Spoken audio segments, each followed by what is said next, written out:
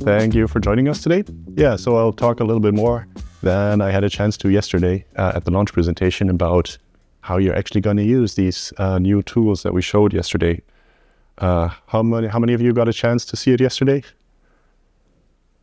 That's perfect. That's perfect. Okay. So let me start again from scratch. Forget this introduction. We'll just take a look at what we have, right? So I think I'll probably intersperse a few more of the eye candy videos that we showed yesterday. It's good to know the audience a bit. Let's jump right in. It's going to be, you'll see a lot of Houdini node network as well. Don't worry. All right. So basically, the centerpiece of what we have in Houdini 21 is our new muscle and tissue solver called Otis.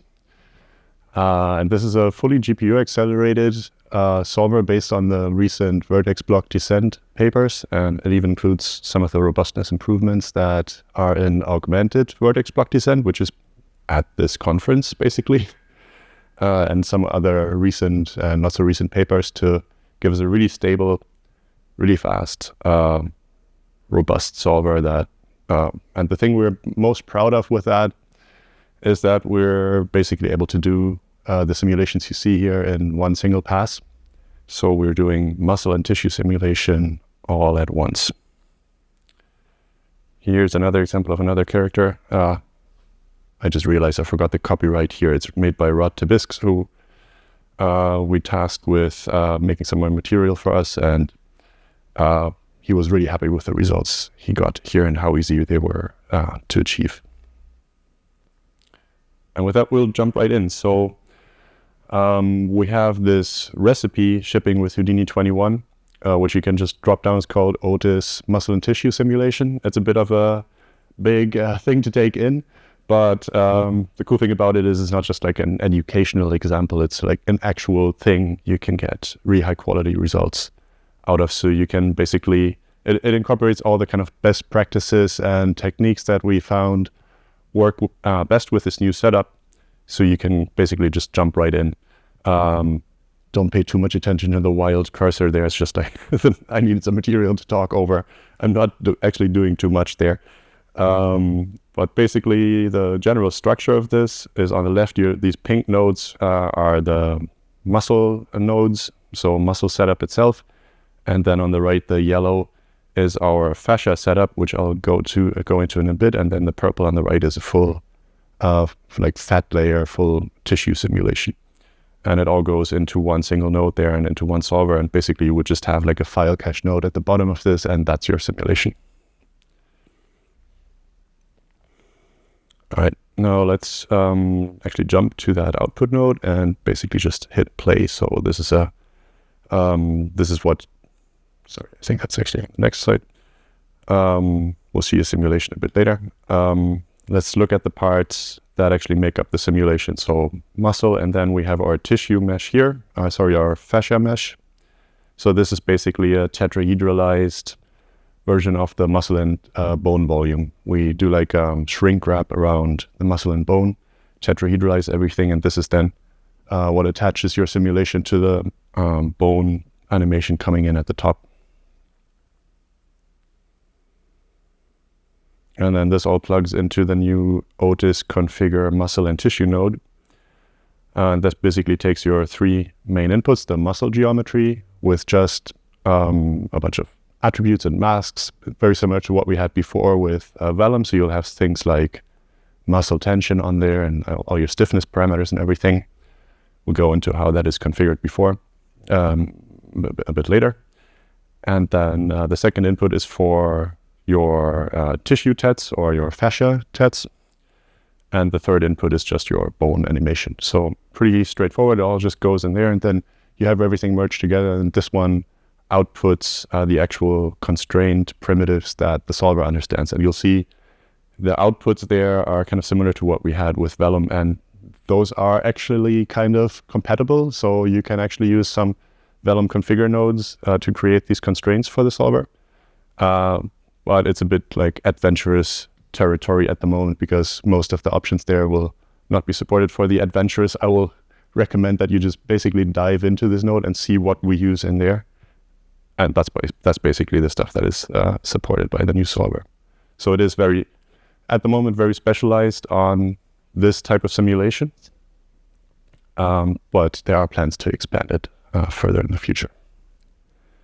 Now let's take a quick look at the solver itself. This is actually probably not the node you'll spend a lot of time tweaking. There are not that many parameters that really influence the simulation too much. It's basically setting your substeps, setting your number of substeps, and constraint iterations. And one important thing to note is it's a very highly optimized, like very tight inner loop in a solver, which is a bit different from Vellum. So it's part of its design is kind of to be a little bit more hard-coded where it has to be just to achieve speed. So we have some things like if you want to update certain properties per frame from your input geometries, you actually have to toggle it on. It's not on by default. Like reading in a changing rest shape target and things like that, you have to toggle it on. So it's kind of, the defaults are kind of more optimized for just fast performance. And another thing to note, you will notice on the first tab there I have 40 substeps, which seems a bit insane coming from Vellum maybe. It's not a problem, okay? So one big change that we have is we are able to just read in the input geometry once per frame and then interpolate in between. So this makes the substeps a lot cheaper, and there are some other things that play into that as well, but that's one of the main things that we changed.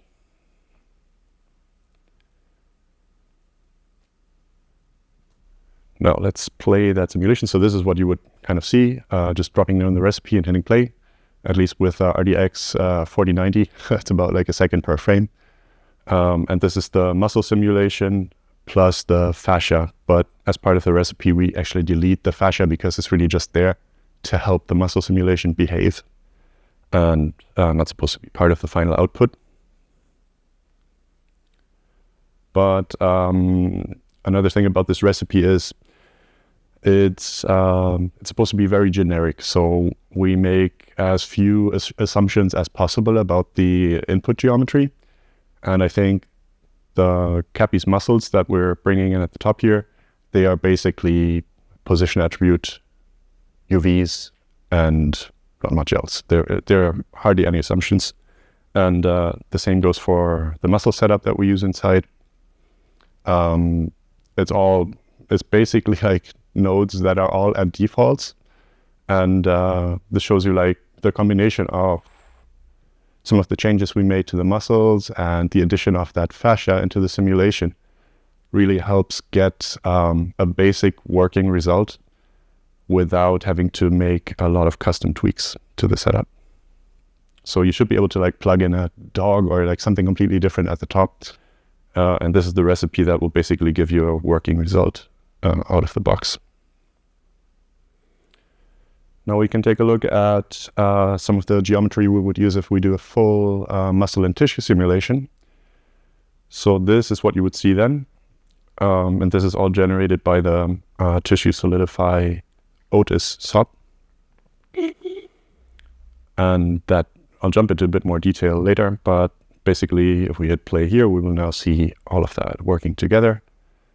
And of course, the really nice thing of a big advantage of running everything together is that you just don't run into some of the problems that you would if you were to run it in stages, right? Like if you run a muscle simulation first and you get like the arms pushing into the torso, often it's very difficult for the muscles to like leave enough space to then run the tissue simulation on top, and you can just run into like collision problems.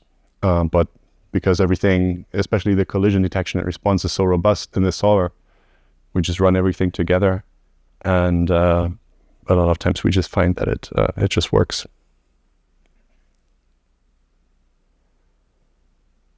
Okay. We also made some really substantial improvements to muscle activation, which I'll go over a bit here. So the first big thing is the auto tension lines SOP. So before we really relied heavily on drawing custom tension lines for like you would it was kind of an art form to create the right tension lines that produce the right type of tensioning, flexing on the bones, on the muscles. And we're really moving away from that and basically switching to an approach where you just have a tension line per muscle, and it's generated automatically from just the muscle end mask that you kind of have to create anyway, or that is created procedurally by the muscle constraint properties node. So you can see basically the SOP finds the muscle ends and draws a line between them, and that's all. And the attachment to the bones and linking it up with muscles is all kind of automatic. And here you see it has a very basic interface where you just have like a threshold for the muscle end mask and some very basic parameters. That's it. And like I said, we rely on the muscle constraint properties to produce that mask. So not a lot of work has to go into creating that. Like, skipped something here, 1 second. Okay, yeah. And the final output of the recipe will be your final deformed skin. So we include that as well. And that is handled by the new skin deform SOP, which also implements quasi-static skin sliding. So that is something you can run as a post-process and distribute on the farm, right? So you can have chunks of frames simulated by multiple machines all at once. It's not a history-dependent simulation that is confined to one single machine. Now, some details about how we create the simulation geometry. Basically, as the input to the tissue subnetwork, we just have the render skin and the muscle and bone geometry. And the render skin has this group that basically defines which parts of the mesh are actually going to be simulated. And the tissue solidify SOP uses that to just blast away everything else and remesh the remaining mesh. And then we basically do shrink wrap. We have a new shrink wrap process that is really robust within that SOP, and basically iteratively shrinks in on the muscle and bone geometry while also performing a remesh at every step. And that really helps clean up all sorts of things that you actually want to get rid of, like just surface detail in the original mesh, right? So you can it just removes that and smooths everything out. And what you want to end up with is basically something like this, something that really tightly wraps the muscles. And the idea is that the muscles are then, with the fascia, the muscles are then confined to the outlines of that mesh and collide with the surface of that mesh, and it just keeps everything in and but free to slide. And just so you can imagine that whole thing a bit better, basically what we just talked about with the fascia is the blue layer here. And it's important to note that, or a thing that's been confusing to understand when I was talking to people about this was always that this overlaps with the muscle and bone geometry, right? So it doesn't, the blue stuff doesn't collide with that. It basically just points of the blue layer that are close to a bone, attached to the bone and are constrained to the bone. So when the bone animation moves around, it pulls on that, and that makes the whole thing kind of move. That makes the whole simulation move with the bone. And then we also constrain the muscles to that blue fascia layer, right? And that we found really helps make the muscle action really visible on the tissue, on the skin, which is kind of what you're looking for when you run a sim, right? You want to see some result. You want to see something that's like visibly better than just like a bone deform. And that really gets you that. What we previously always recommended for that was basically like reducing your rest scale, so you kind of shrink in the mesh, so everything becomes a bit more tighter, and the characters kind of end up looking a bit more muscular. And that's always problematic because you have an improved model, presumably. So it's difficult to just kind of change the look with that, and this approach doesn't really do that anymore. Now, one key parameter with that, of course, is the basic resolution. So You can change things like min max, triangle size, and it's basically promoting some of the remesh parameters inside. But again, important to note, even for the fascia mesh, where you don't care about the outer surface, you first define the min max triangle size on the outer mesh. So that is maybe not that obvious at first, right? The exterior remesh that you do as a first step in this influences the shrink mesh, the shrink wrap mesh that you see in the end.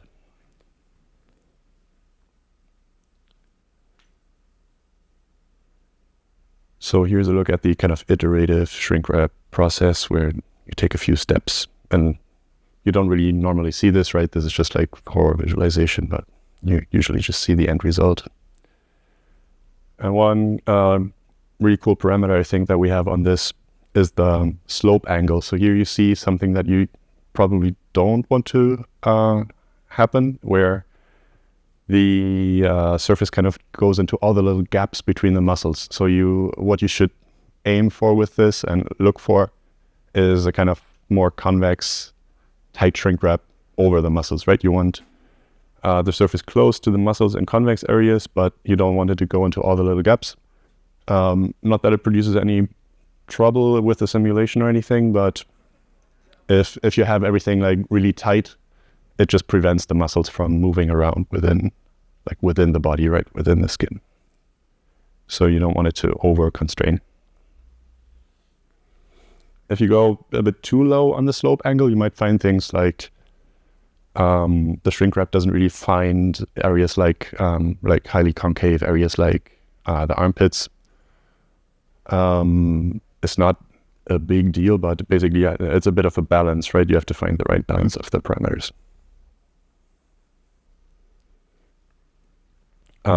Basically, the most important thing is that the inner shrink wrap is like contained within the outer skin. That's what you should look for, but it's actually hard for that not to happen. Like the SOP should kind of take care of that.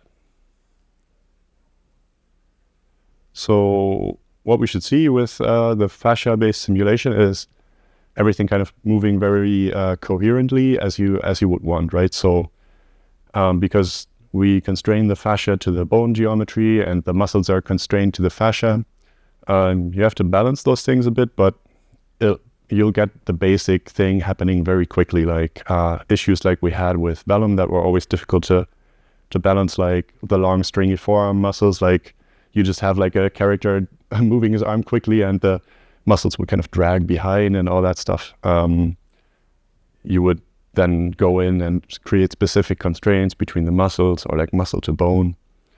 And that is basically gone with this. Like it's much easier to tweak and get the basic right thing to happen first. And you can also let the muscles be kind of soft. Like there was always a tendency before to just make the muscles stiffer, which is just not right? Like a muscle that is not flexed is actually pretty soft. If you imagine like a bodybuilder running or something like that, the pecs and all that, like when there's a lot of mass, it actually jiggles around a lot, and you don't want to like just constrain that away and make that all too stiff. So you need something like the fascia to allow you to keep it soft but keep it together. And here we see some of the constraints that we actually have in there. So on the Otis configure node, you can go in and show this visualization and see all the constraints that are being created at a glance. So basically the yellow lines here are what I just talked about. That's the constraints that connect muscle to tissue. Basically at the intersection between the two, at the interface. And the red points are basically tissue points that are going to be constrained to the bone. And I think there were some light blue crosses where you see essentially like rigid points that will follow the input animation. So you will see those basically on the open edge on the transition between the simulated area in the neck and the hands and feet. So we want those areas to follow the input animation so that it's then eventually when we get to the skin deformation, it's easier to blend between the simulated part of the mesh and the rigid mesh. And here we can just take an individual look at some of the constraints. Actually, muscle glue, we don't have an example of that on this character. Previously, we relied quite heavily on that, but it's just not really needed here. It's only needed in specific situations. And the rigid points, the red tissue to bone constraints, and the tissue to muscle constraints. Another option we have with the fascia simulation is you can actually disable the collisions, which can make the simulation even faster and more robust. You just don't ever get any failed collisions. And but we found that you still get most of the benefits that I just talked about, because we have everything kind of softly constrained together. You can see the intersections here, but everything still moves kind of in the same way as before. So since the main idea of this fascia simulation is really to give you a fast simulation that you can use to tweak the basic muscle behavior, like muscle flexing and material properties. It doesn't have to be like perfectly accurate. You just want to get the right feel, right? So this is another way to make that even faster and shorten the iteration loop.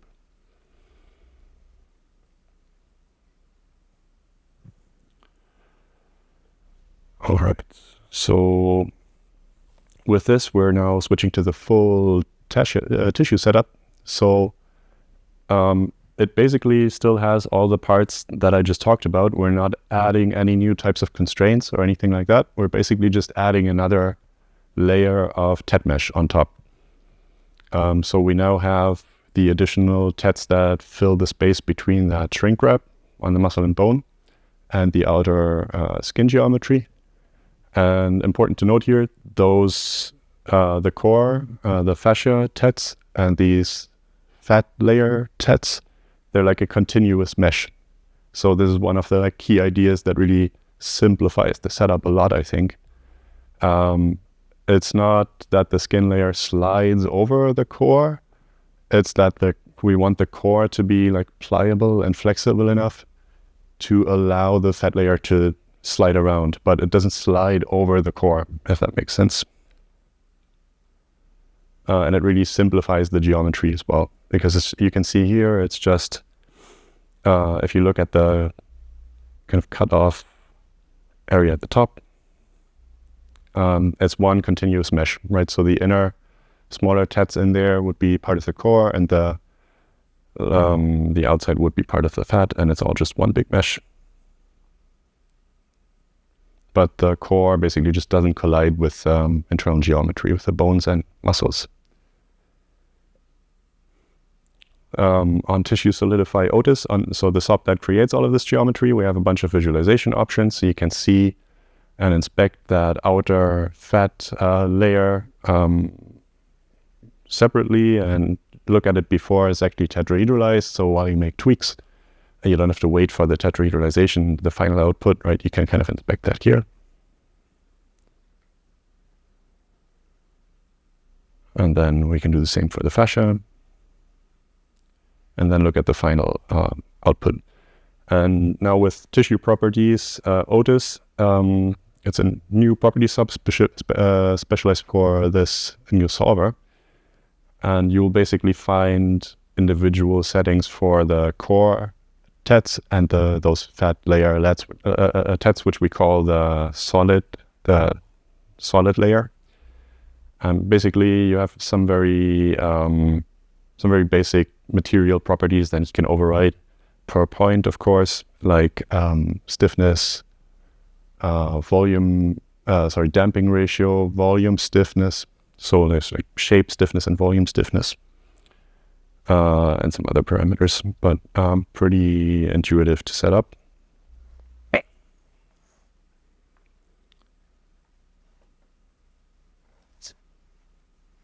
Now, the main point of this is that it's just way simpler than we were ever able to achieve with Vellum simulations, because you're able to simulate this all together. So you will see things like I was mentioning before, like the arms pushing into the torso and all of that, it all stays super clean. We can jump inside there and take a look at the kind of collisions we get. And you see even just the skin mesh is all like nicely, cleanly folded. There are no intersections at all with this kind of simulation. And again, this is mostly allowed by the fact that we have everything in there at once, right? So when the tissue TEDs kind of push, all the muscles are pushed out of the way, and they just make space for this for it to stay clean and not create too much pressure in that area.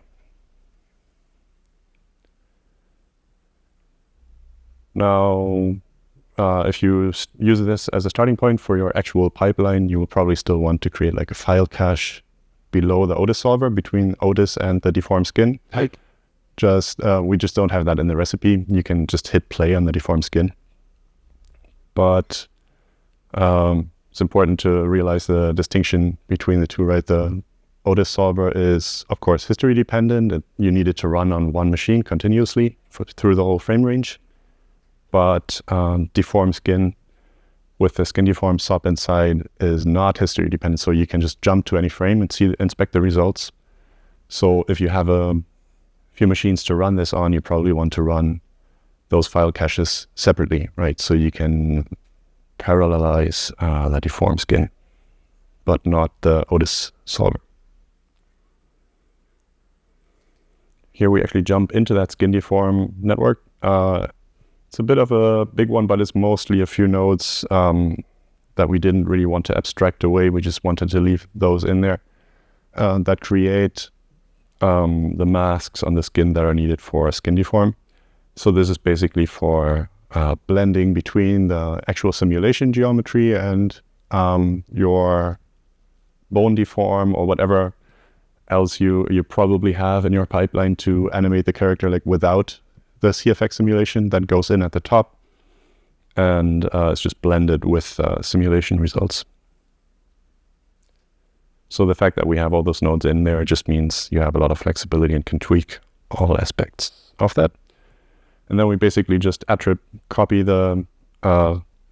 we do that on a static geometry to create the masks, then attrib copy over the actual animation, and then we jump into the skin deform, which, like I mentioned, includes this skin sliding option. So we actually have multi-resolution skin sliding as well for faster convergence, because we found that if we just compute this on the final mesh, you can really clean up like local distortions in the mesh, but it's difficult to get really nice global effects that you want, right? Like the thing that you really want to see is like if a character raises their arms overhead or something like that, you want it to kind of propagate down all the way to the waistline and have control over that.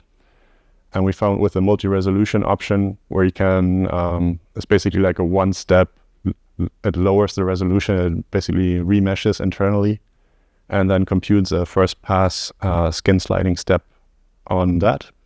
And it converges a lot faster and gives you those nice global effects.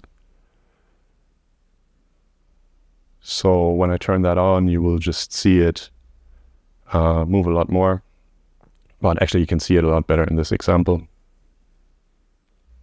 So on the left here, it's just the output straight from the muscle and tissue simulation. And you can already see a bunch of sliding happening there, but you can also see some of the squares really distorting. And on the right, you can basically see what I was getting at. The arms move overhead, and you see the skin sliding over the muscles, even all the way down to the lower abdominal muscles. And you really only see that once you enable the multi-resolution toggle on the skin deform. Now in the recipe, we also added a wrinkle deformer that works really well on the more realistic characters. I think by default, it doesn't really do a whole lot for Capybara, which is quite simple and low resolution, but it's in there. And on a higher resolution character, you should see nice results from that. And then as the final step, we just have delta mush, which is like the probably the most used SOP by CFX artists overall. It's just probably in every HDA that we make as well. And we just have like a combination of two strengths of delta mush. Basically for the character overall, we have a very light one with like 3 iterations. And for the blend regions between like the simulated and non-simulated, we have a very strong one that is just blended in those areas.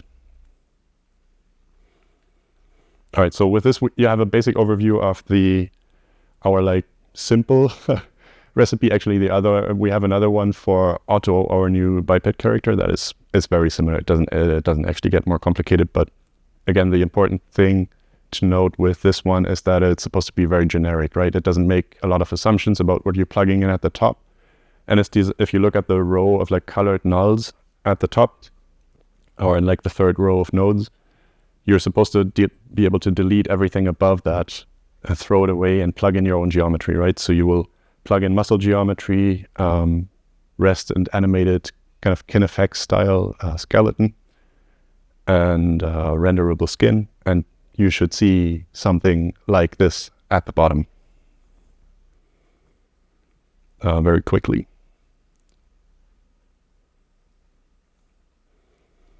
But with this, let's actually jump over to the other recipe I just mentioned. So this is going to be for Otto.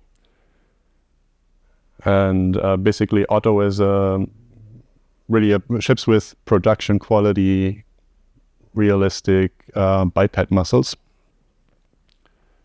that you see here. And with this, we have some differences to Capybara in that because this is really supposed to work with muscle transfer tools that I'll talk about later. So this is not really designed to be swapped out directly with completely your own geometry at the top. It's designed to work with these muscles. So with that in the setup down below, we can make some assumptions and get it to work a lot better for this specific setup, right? And a big part of that is going to be,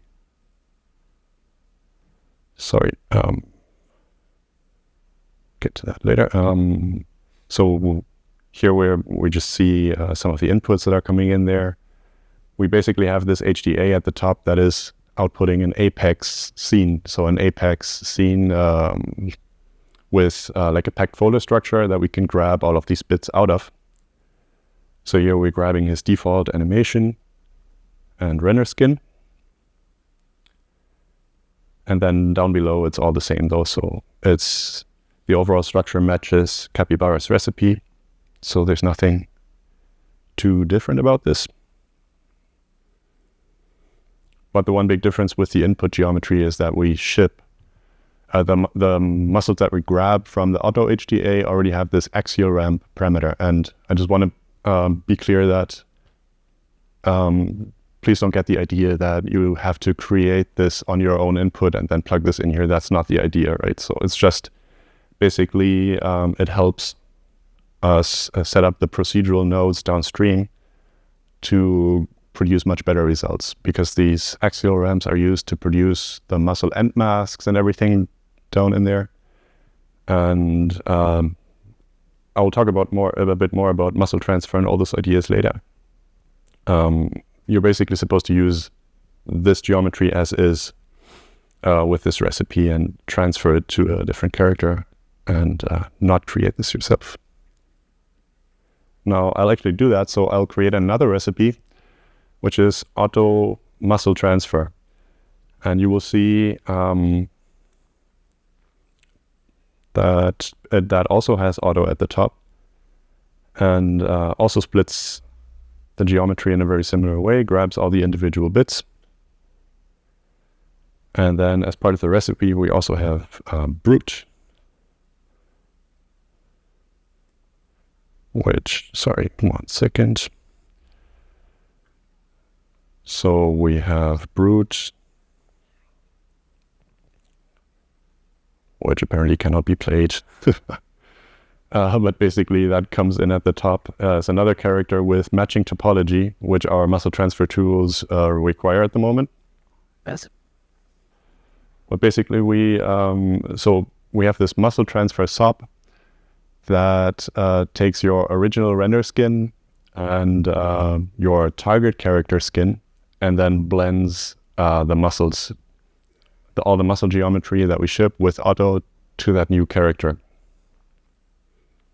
So that is all part of this recipe. But basically you will see, this is the transferred muscle model on Brute. And you see that we transfer the bone geometry to the new mesh. We transfer the muscle geometry to the new mesh. And it's a two-step process where we do those in separate stages. So you can do the bone geometry transfer and then make additional edits there. So of course the bone geometry has to be extremely accurate to the actual rig locations, right? So things like all the joints, all the sockets of the joints have to line up exactly with the animation rig. And you have some control in the transfer. You can insert some interior geometry that we constrain to. So overall, it's like a smooth transfer based on the exterior skin. But you can get some interior control. But you can also, like, post bone transfer, make some additional changes, and then that will inform the muscle transfer and keep everything aligned. So any bones you move around will still have the muscles that are close to them attached correctly.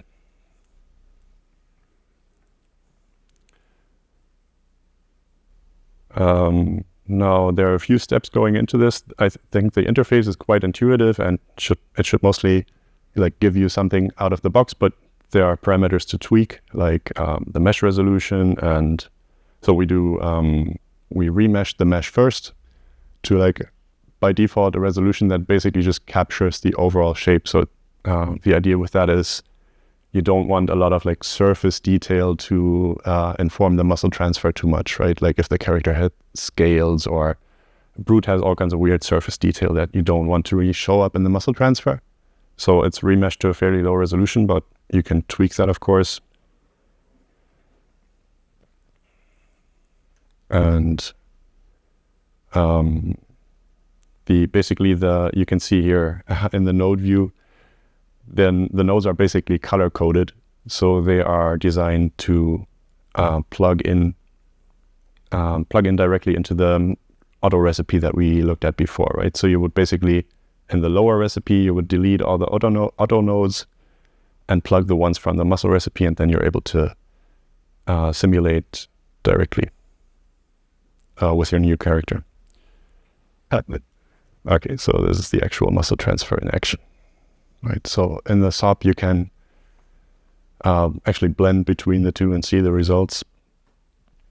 And we have some options, like obviously these characters are quite different sizes, so it's kind of difficult to see the actual relative change of the muscles. So we have this toggle to match the sizes, which I've turned on here, and then it's much easier to inspect what's actually happening in there.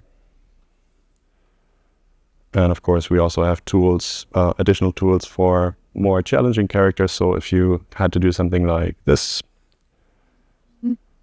we picked this kind of crazy, I think Brahman cow it's called, as an example intentionally, as a challenging example, because it has all these extra bits, like the flappy skin at the bottom and that hump at the top, that you don't really, while I've read that it actually has muscle in it, you don't want these muscles to transfer into it, right? So you want some control over those areas. So we have additional tools to kind of take care of that. For example, our deflate SOP, where you basically paint some of those areas, and you have some really nice tools to then smooth those out and remove those areas before the muscle transfer. And a cool option you have with the muscle transfer as well is you can basically then plug these positions that you create here into a target P attribute. So you retain your original mesh as well. So basically the original position attribute will have your original render mesh. Target position attribute will have this target position. And then when I do the muscle transfer blend that I showed before, I'm able to see the original mesh with all its extra bits all at once, but see the correct muscle transfer that uses the target positions, right? So that makes that very convenient. All right. I'm kind of hoping that the other videos will play in PowerPoint. I'll switch back. Yep.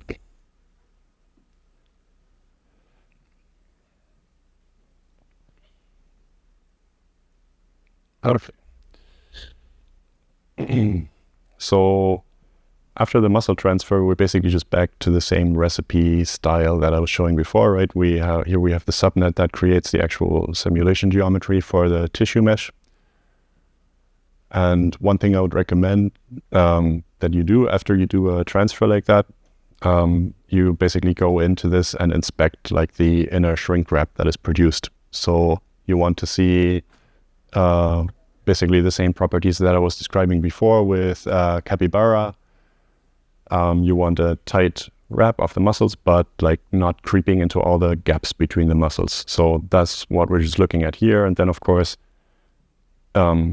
everything is kind of hard-coded in here to Otto's proportions. So like mesh, triangle sizes, resolutions, all those things, distance threshold, those are definitely things you might have to adjust if you plug in like a character that is 10 times the size. So if you go from like Otto to T-Rex, there are definitely some adjustments you might have to make, but you should see that's not going to work with the muscle transfer. I don't want to overpromise, but there are some adjustments you will have to make to the recipes. So here we're just taking another look at the shell of the fat layer that's being produced, just inspecting things a bit. And then here I decided to just lower the resolution of the muscles a little bit for a first test. So those are the kind of tweaks that you might want to do after the initial muscle transfer. And then just one thing to note, with the meshing and the kind of remesh and triangle sizes that you get, it's not just influenced by the min and max triangle size. It's also influenced by, because we want to produce a really high quality tetrahedralization, we try to make sure where tissue is really close to the muscle geometry inside, like we have here, to get like uniformly sized and not too squashed tets. You kind of have to make pretty small tets, right? If the things are just close together, you just want smaller tets. Otherwise, they're just going to be, if they're big triangles on the surface, you're just going to have really squashed tets. So that's why we still see some pretty small triangles in this area. But we have some control over that. So we have this squash ratio that we allow. And if you lower that a bit, you will see larger triangles. And if you go to something like 25%, down to like 25%, you're probably still not going to see problems in the solver. So that's a way to reduce the resolution a bit more. So I do that here. I went to 25% and you see a bit larger triangles. Now with that, we have a pretty reasonable tet count of, I think, 500,000 tets for the tissue alone. So that doesn't include the muscles. And with that, I'm going to run a first simulation from the muscle transfer. So it's basically all just plugging those things together. And I added another, in between the transfer and the simulation recipe, I added some animation that I retargeted from Otto, where he does a bit of capoeira.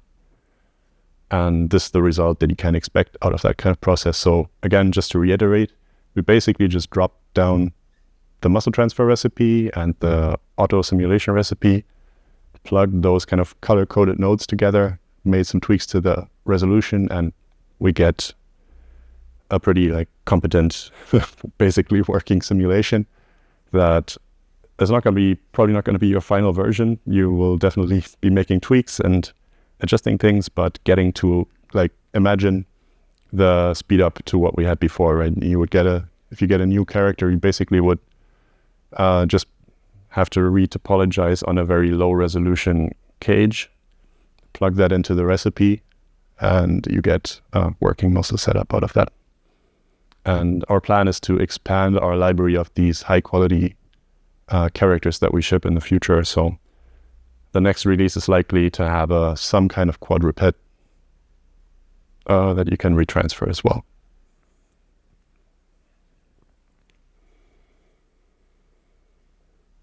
All right.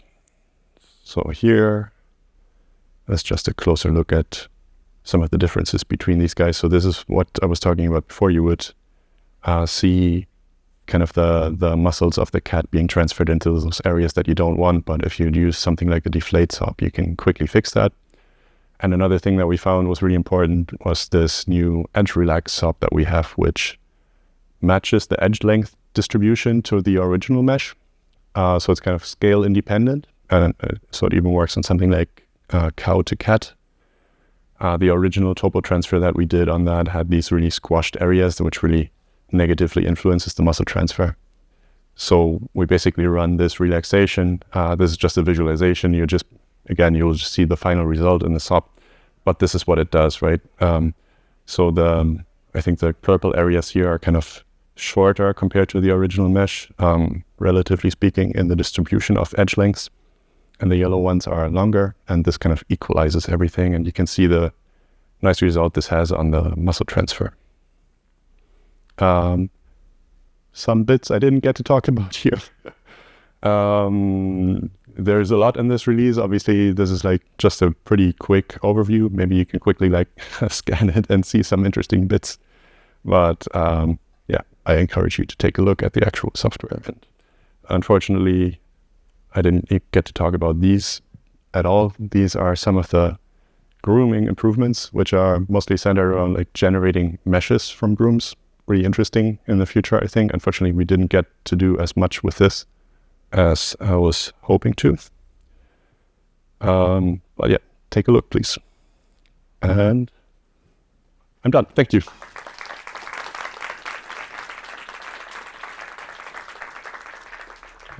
Yeah, I think, do we have time for questions? I have no idea.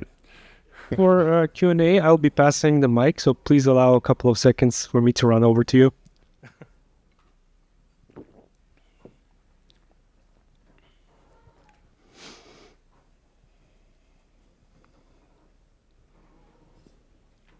I can't see you at all, by the way.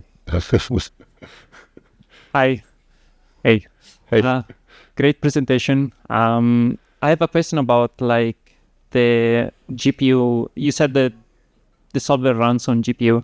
Yeah. How much memory are we talking about when you're running like the GPU, like on GPU? Yeah, great question. Yeah, not that much, comparatively speaking. I think all the simulations I showed, even with Otto and everything, are like 4 to 5 gigs. Yeah, so that's going to be, you're probably going to have a GPU that can handle that. Yeah. Second one, when you run the solver and let's say like you have a collision with the body, how does it end on collision? Because usually is where the problem starts. Collision, not self-collision between the tissue and the muscle and the skeleton, but external collision. External collisions. Yeah, so the thing that makes the collisions really robust is the fact that they're volumetric. So with Vellum, we always did collisions that just collided like the triangle surface against the triangle surface. And now it's actually like finding the shortest path to the surface within the TED mesh. It's just a lot more robust, and it should work the same for external. By default, our bones are just triangulated surfaces, so they don't have TEDs, but you can actually tetrahedralize them and use the same system for those, and you can do the same for external collisions. Okay. Last one, I promise. When you do the muscle transfer, you said that is based on the bone position. Does it also, like when you said bones, you mean skeleton bones or like actual bones? Yeah, both. So it's a two-step process, right? You transfer the bone geometry first. And so the muscle transfer has like the input for the muscle geometry, and then it has the source and target interior geometry. So when you transfer the initial bone geometry, the triangles, you can plug in like a CFX skeleton as well as the interior geometry, and that can inform the transfer as well, right? So we like resample those lines that you put in, and the internal TEDs that we actually use for the transfer are constrained to those. So when you move the points around, you should also see the bone geometry following that. Okay. So there's a lot of control. Amazing. Thank you very much.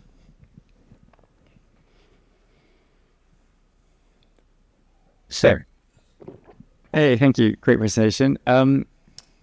It's obviously no simulation system is perfect. I'd say, what would you say like Otis's current like pain points or things you want to improve? Like, do quasi-static sims work as well as the full dynamics, or like, are there areas of deformation that are just you're not quite happy with and you're looking to improve?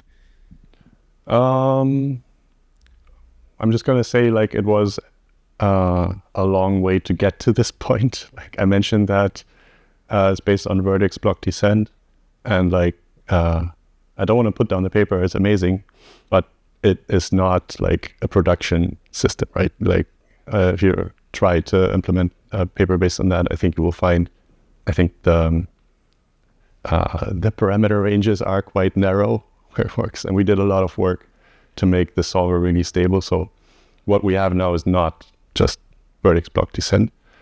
I guess one thing is you do still need like a lot of substeps. It's just they're pretty fast. So you do need to take like small steps for full convergence. Some people have run like more than the 40 substeps that I had in the example. Other than that, it seems to be pretty solid. Yeah. No, and great. Thank you. It's going to be great to test.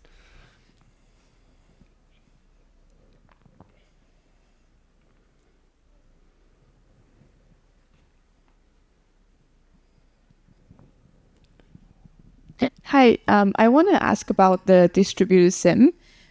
Which part can be distributed? As far as I understand, the actual solver part cannot. And can it be reused for other type of simulation like Vellum or other? It's a separate solver. It's its own solver. So it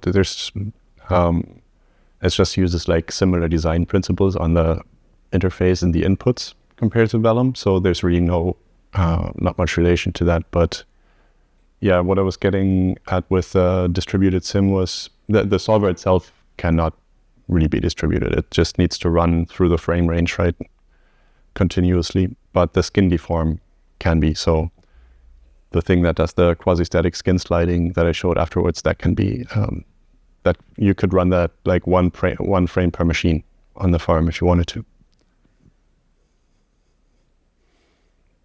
I couldn't really see where you are. Hi. Give me more.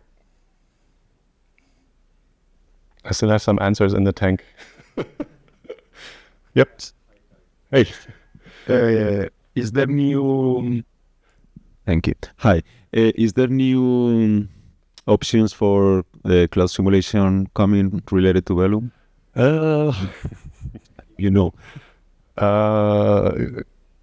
Yeah, I have a VP of product telling me to say so.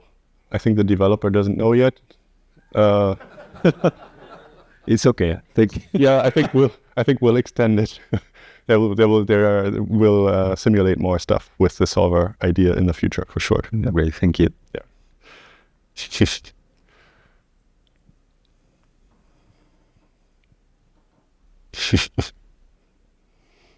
Did you have another question there? That doesn't grow up. Yeah. From the... I saw the hand up before. Still me. At the end, you were saying like, oh, this cannot make it the presentation about the new hair stuff. Anything that you can, like, the highlights? Yeah, you can. The basic idea is we have the guide interpolation mesh, if you're familiar with that, right? So basically like you have your guides and you have like a triangulated surface where each guide has a point in the surface. So you can do a lot of cool stuff with that. And one new node is the guide surface, which takes that and basically extrudes the surface out to the tips. So you can get like an enclosing mesh around I'm sure you'll have like a ton of ideas around that, right? You can tetrahedralize that. You can run your simulation as a soft body simulation and deform the groom with that. And there are a bunch of other tools related to that. So it's all kind of centering around that. And then we have a guide clump center sub, which produces center curves for just a high resolution groom that doesn't have any additional information, right? If you just get like a full groom, you can generate the clump curves from that. And we have, what's the other one? Guide, find, strays. So has a lot of tools to robustly find any like hairs that have a lot of deviation from like the main clump.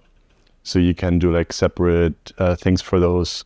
Like you can, if the like, for example, like guide deform is likely to not work well for those hairs, you can kind of run the separate simulation on those kinds of things. So there's a collection of tools like that. On the clump center, fine clump center curve, does it need the curve, or it just needs the roots to find? It just needs the groom. So it creates the curves. Okay. Yeah, from scratch. Amazing. Thank you.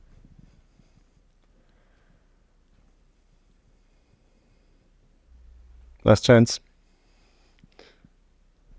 I think. Hello, thank you for the presentation. It's cool. I have a follow-up to groom-related stuff.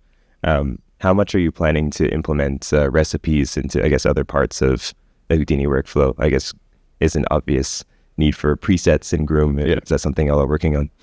Yeah, big time. Yeah, we've talked about that already. That's coming for sure. All the areas that we kind of worked on before recipes were a thing. We just need to get around to it. But yeah, it's part of the plan for the near future.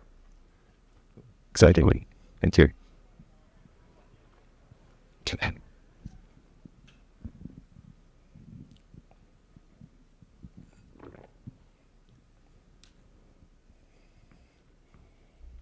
Where's Chris with the countdown? We don't have him. It's done. It's done. All right. Fiona wants to follow. All right. Thank you, guys. Thank you for your time.